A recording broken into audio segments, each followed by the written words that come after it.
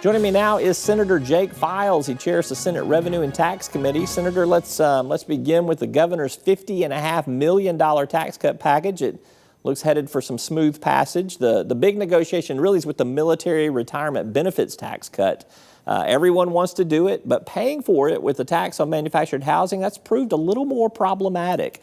Right now, the alternative is a digital download tax. I'd like you to explain that and tell me if you think it'll pass the Senate. I do. It's a good question, Roby. There's been a lot of support for the bill, but obviously the manufactured housing gave a lot of people some pause. And so just looking through the list of exemptions, basically we're trying to find a way to pay for this to make it revenue neutral. And in going through those, there's a carve out for digital downloads that just deal with CDs, books, and movies. So when you walk into Walmart or Best Buy, you're going to pay tax on those things. If you download them, you don't.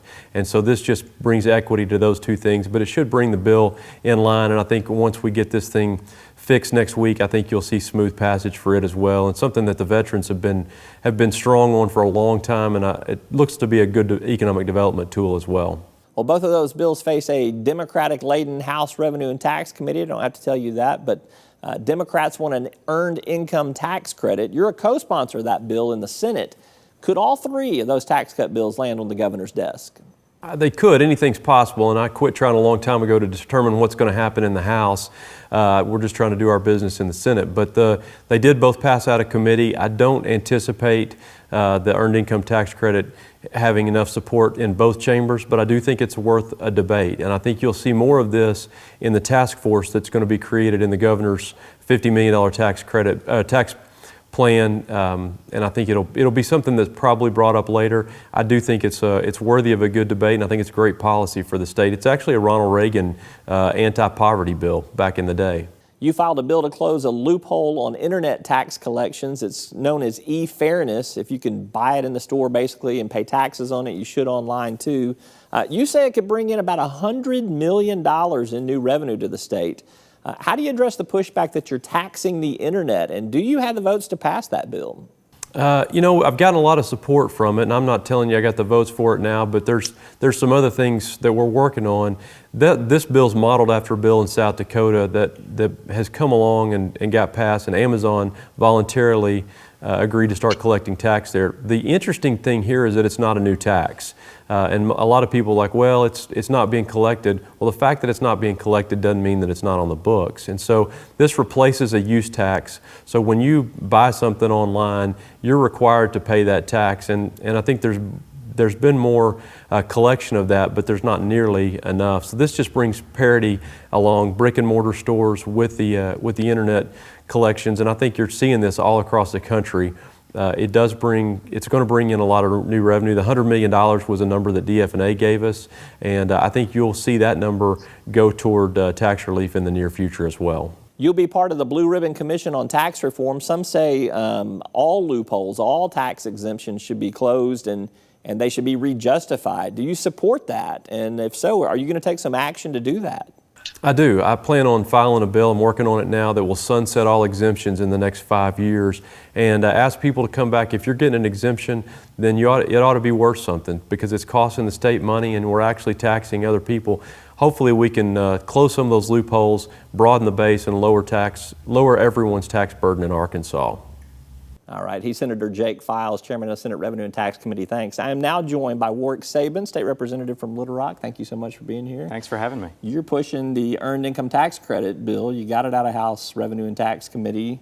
Tell me why the EITC is a better tax plan than the governor's tax plan. Sure. Well, there are really three reasons why. First off, the EITC is a much more targeted tax cut for the group that both the governor and myself are trying to hit, which is low-income working Arkansans.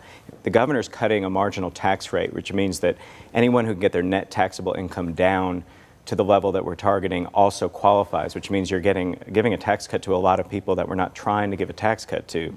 Whereas the Earned Income Tax Credit is specifically for low-income working Arkansans, and it actually encourages work by rewarding them with a credit the more they work until we can move them out of poverty. Mm-hmm. Second, it's cheaper, and a lot of the reason why it's cheaper is because it's more efficient in the way that I just described. The governor's tax cut plan is over 50 $40 million, and mine is $40 million.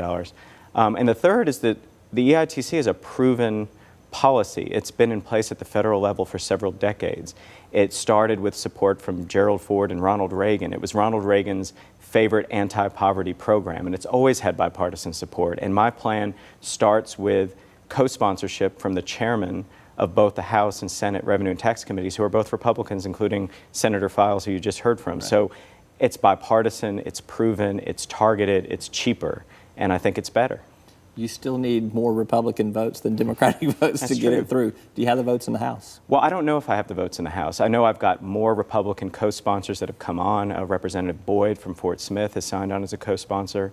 I think one nice thing about the committee meeting that we had was that both plans were presented. Everybody got to hear them. Mm-hmm. I think when you hear the facts, you have a chance to make a decision based on the merits.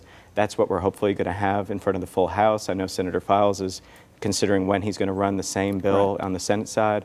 And, you know, we just want to have a fair policy discussion.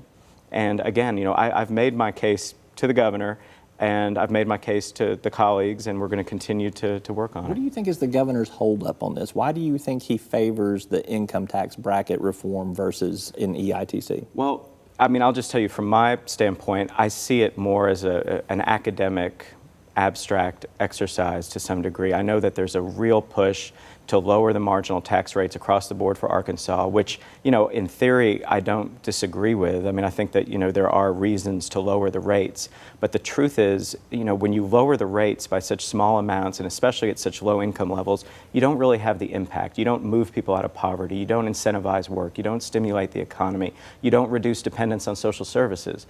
And I think we need to be realistic about what we're facing here, which is a lot of people who work a job or work two jobs and still don't have enough money to support themselves.